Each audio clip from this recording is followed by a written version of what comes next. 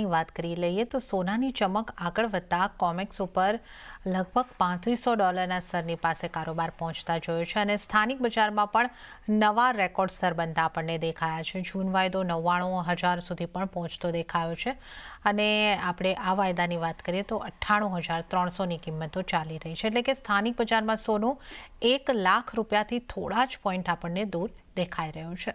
તો આના ઉપર આપણે વધારે ચર્ચા કરીશું. જ્વેલ પ્લસ એન્ડ કાર્બનના એમડી જય બેગાની આપણી સાથે જોડાઈ ગયા છે. જય, ગુડ ઇવનિંગ અને CNBC બજાર પર તમારું સ્વાગત છે.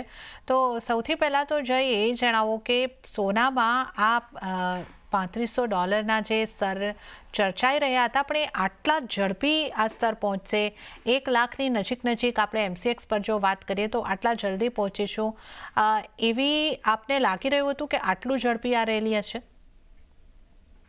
નમસ્કાર. ના, એટલું ઝડપી એટલું થાય એટલું વધે એટલું લાગતો નહોતો.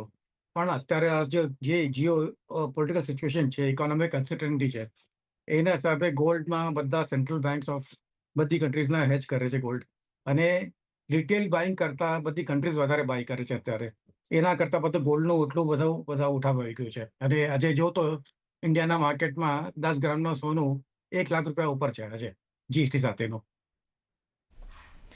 તો એ જ અમારો આગલો પ્રશ્ન હતો કે આ 1 લાખની નજીક MCXની ઉપર અહીંયા આગળથી કિંમત છે તો ઘરેણાં તો હજી મોંઘા થઈ ગયા હશે કારણ કે આપણે મેકિંગ ચાર્જીસ છે, GST છે. તો 10 ગ્રામ નો આપણે જો ઘરેણામાં જો ભાવ જોવા જઈએ તો આશરે કેટલો આવી રહ્યો છે? અચ્છા, હવે ઘરેણામાં એવું છે કે બધું જે 22 કેરેટની જ્વેલરી ચાલતી હતી, હવે 22 કેરેટ, હવે 18 અને 14 કેરેટની જ્વેલરી પણ બનવાની ચાલુ થઈ ગઈ છે. તો એના કારણે શું થોડુંક સસ્તું થઈ જાય અને મેક અને મેકિંગ બધું સરખી રહે તો શું લોકોને અફોર્ડેબલ થઈ જાય થોડું. તો અત્યારે તમે સપોઝ જોશો કે ₹1,00,000 તમારે અત્યારે 22 કેરેટની જ્વેલરી લો તો 8 થી 9 ગ્રામ તમારી જ્વેલરી આવે, ડિપેન્ડિંગ ઓન તમે કઈ ટાઈપની જ્વેલરી લો છો, એન્ટિક લો છો, કલકત્તી લો છો, જે ટાઈપની જ્વેલરી લઈએ એ હિસાબે છે.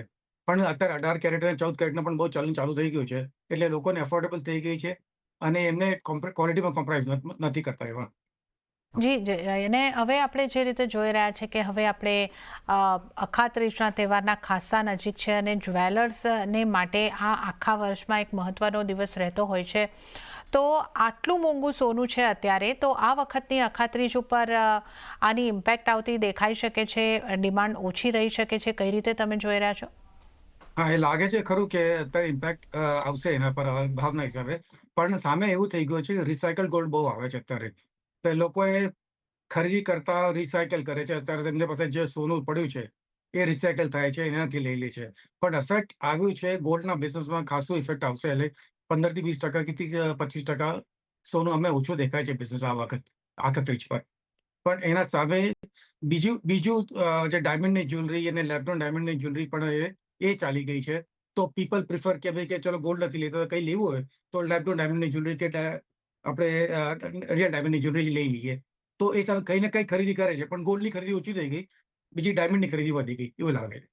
એટલે જે પ્રેફરન્સ શિફ્ટ થઈ રહ્યો છે કે પછી જે રીતે આપે જણાવ્યું કે જે થોડા 22 કેરેટથી ઓછા કેરેટના ઘરેણાઓની એક દેખાય છે, પછી અખાત્રીજના આસપાસ જ્વેલર્સ દ્વારા પણ ઘણી ઓફર્સ ને એવું કંઈક આપવામાં આવતું હોઈ શકે છે ખાસ આ તહેવારને માટે, જેથી સેન્ટિમેન્ટ જે છે ગ્રાહકોના જળવાઈ રહે અને એમને એક ખરીદવાને પ્રોત્સાહન મળે.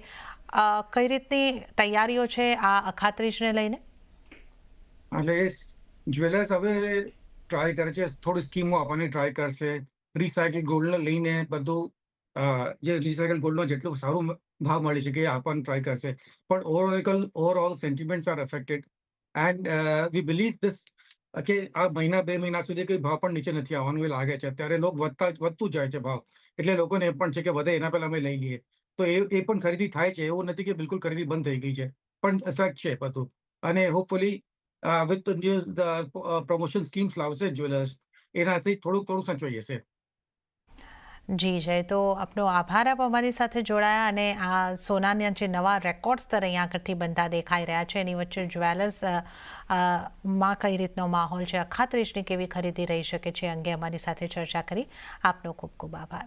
ત્યારે જ દિવ્ય પણ આપણી સાથે જોડાયેલા છે. દિવ્ય, જે રીતે આપણે અહીંયા આગળથી ચર્ચા કરી રહ્યા છે કે 1 લાખના સ્તરની ખૂબ નજીક હવે સોનું અહીંયા આગળથી પહોંચી ગયું છે, ઝડપી રેલી છે અને આ કદાચ ઐતિહાસિક રીતે આપણે આ એપ્રિલ 2025 ને યાદ રાખીશું કે લગભગ 35% મજબૂતી સોનાની અંદર એટલે 1 થી 4 મહિનાની અંદર આપણે 2025ની શરૂઆતથી અત્યાર સુધીમાં જોઈ લીધી છે. તો આપ કઈ રીતે જોઈ રહ્યા છો સોનાની આ ગોલ્ડન રનને? આ વર્ષ જેના અમે ડિસ્કસ કર્યું કંઈક હિસ્ટોરિક રહેશે જે પણ ગોલ્ડ ઇન્વેસ્ટર્સ માટે સ્પેશિયલી, એમ કે આવા રિટર્ન કોઈ જ જોવા નથી મળ્યા કે ઓલમોસ્ટ 4 મહિનામાં 30%ની વધારે રિટર્ન આપણને જોવા મળ્યા છે MCX ને કોમેક્સની અંદર. ને એઝ ઓફ નાઉ હમણાં અગર એપ્રિલ મહિનાની વાત કરું તો આપણને ઓલમોસ્ટ એવરી ડે એક ન્યૂ રેકોર્ડ હાઈ જોવા મળે છે. ઓલમોસ્ટ એક ગેપ અપ ઓપનિંગ જોવા મળે છે લાસ્ટ વીકથી. તો જે રીતના અનસર્ટનિટી જે થઈ છે ગ્લોબલી, જે ટેરિફ વોર સ્ટાર્ટ થયા છે યુએસ અને ચાઇનાની વચ્ચે, એના પછી આપણને આ એક સ્ટ્રોંગ અપમૂવ જોવા મળ્યું છે.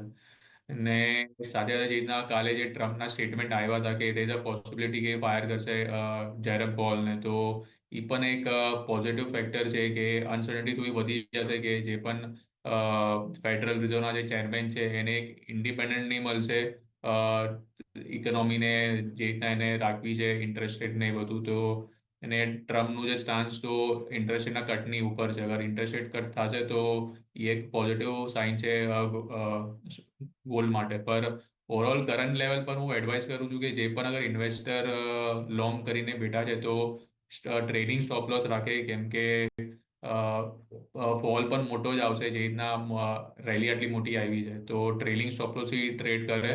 ને ઇન્ટ્રાડેની લેવલની અગર વાત કરું તો 98,000ની આસપાસ અગર પ્રાઇસીસ આવશે તો ત્યાં હવે બાય કરી શકે છે. સ્ટોપ લોસ છે 97,800નો રાખવાનો અને ટાર્ગેટ ઉપરમાં 98,400નું મેન્ટેન કરવાનું.